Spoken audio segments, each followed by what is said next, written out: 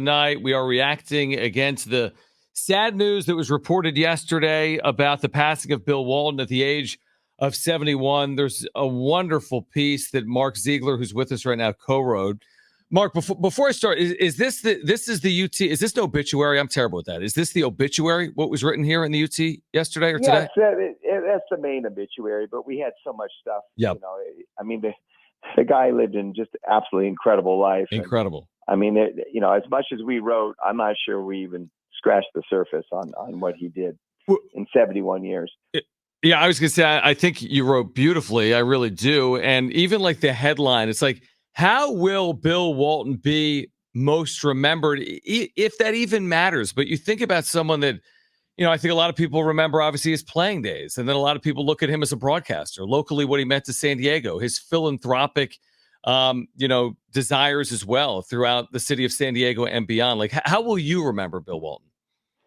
Well, I think, you know, I'll remember him a lot of the same way that a lot of people in San Diego will, which is a lot different than the rest of the country. And, you know, we have our lens that we look through. And you know, one thing I kind of caught myself doing when I was watching some of the national telecasts and Sports Center and other places talking about him is that he meant a lot different, many different things to San Diego than he did nationally. Nationally, he was a great basketball player. He was, as you said, an announcer, kind of a quirky, eccentric announcer. And that's, you know, they knew him for some of his protests, his political stances.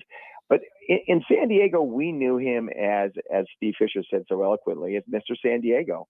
I mean, he was the face of the city in many respects. Everywhere you went, you saw him. He was very accessible celebrity.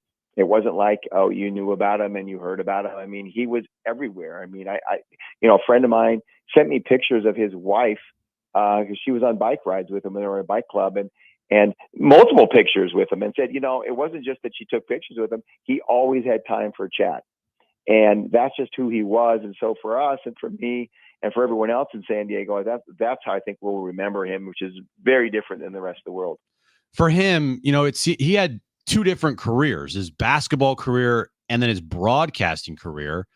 Do you consider him a better, I mean, it's hard to say this because his basketball career was so amazing, but I feel like, you know, this generation might remember him more for his broadcasting than his basketball.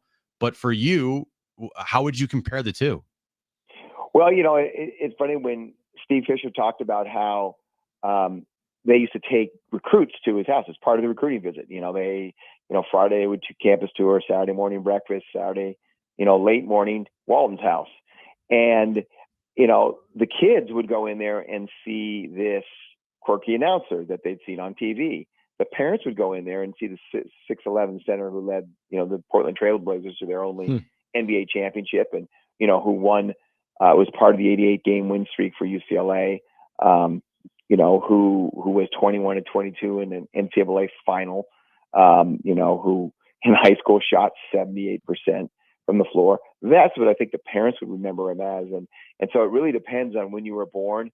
You know, people who were born in the 2000s, I mean, they have no idea. I mean, he'd been retired for 15 years.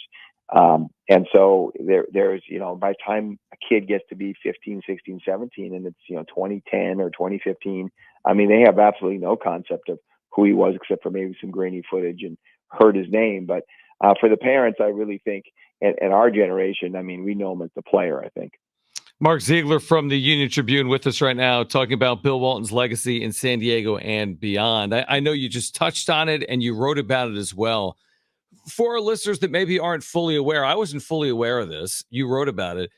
Can you explain a little further about how Bill Walton helped Steve Fisher, Brian Dutcher, and others put San Diego State on the map? I know Chris obviously played for him, was part of that initial recruiting class, but what additional roles did Bill Walton play, like you said, recruiting visits, to help with San Diego State basketball the last 25 years? Yeah, I mean, I knew he was always a fan of the program, but when I talked to Steve Fisher, he said, you know, people don't understand how big of a deal that was for us, because remember, he came in 1999, 2000. That was their first season. They were absolutely terrible. They didn't have a chance to really have a full recruiting class. So they start to go out to recruit people, and Chris Walton is in town, and they like him, and he really wants to come, and they get him, and so that's great. And so his dad's going to be coming to games. But he became much more than that. He became, because he was on TV, he was, a national figure, and he started talking about San Diego State basketball at a time when nobody did, and particularly nobody with any kind of national prominence did. And then the recruiting visits were over there. He helped land some kids.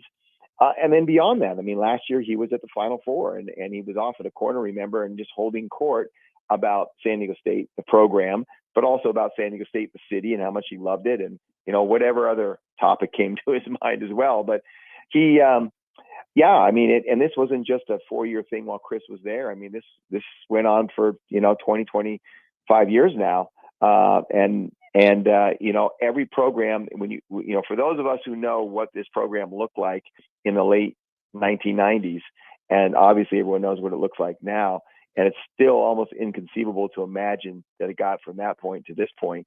One of the reasons it did is Bill Walton. Yeah, Bill Walton will always be one of those people that is an advocate, or was an advocate, for San Diego and San Diego sports and San Diego State especially. For you, Mark, I feel like everybody in media in this town has at least one Bill Walton story, because he is just the type of guy that, you have a story about Bill Walton. Do you have a story about Bill Walton that comes to the top of your mind when you think about him? Well, one of my, actually, I called Rick Schloss yesterday, who is a long time PR guy in town, sports PR guy. Everybody knows who he is. And I asked him for stories of Bill because he's been here forever. He was born here. He grew up here. He knows, he's a contemporary. He's worked with Bill. So he just started telling me one after another. And he was telling me about how, he'd take him on these media tours. And one of them, I think, was Nuvasiv, which had done the surgery on his back, one of the many surgeries on his back. And so, he was trying to help promote them as he was start up, and that was how he helped them. And so he'd take them these things, and he'd be going off the tangent. And Rick would be sitting there going, you just have to mention Nuvasiv once. Just mention it. That's why you're here. Yeah. And Bill would be talking about whatever he was talking about.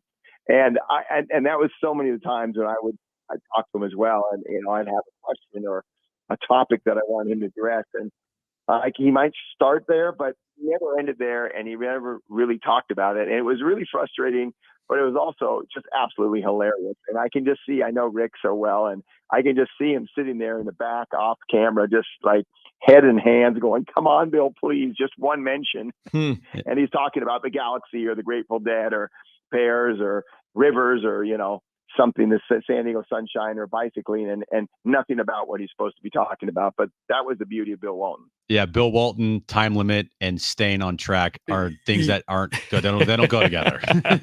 Mark Zeigler's with us right now from the UT on John and Jim San Diego Sports 760. You know what I found somewhat amazing, Mark, in today's day and age where everything is polarizing? The outpouring has been remarkable. Now, again, it comes after his passing, which you'll see, but I think you and I know that he wasn't universally beloved as a broadcaster. I think you had a lot of people that absolutely loved his style, and you had other people, you just go to social media like anyone or anything, and there were detractors.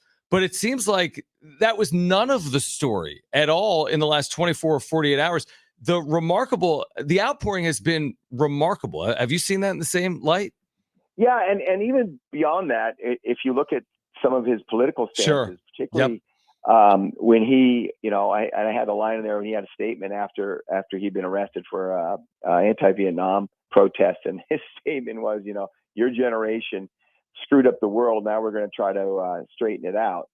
And he took some pretty radical stances, and he was tied to the Symbionese Liberation Army at the time. Patty Hearst was kidnapped, and it was a very, very controversial thing with the Portland Trailblazers. In fact, the ESPN documentary about him, luckiest guy in the world, addresses that, talks about that, and how just fuming the management was there. But what was interesting to me is that, as polarizing a world that we live in, I didn't hear once from anybody, and I don't think anybody viewed him as, oh, look at that liberal, look at that hippie.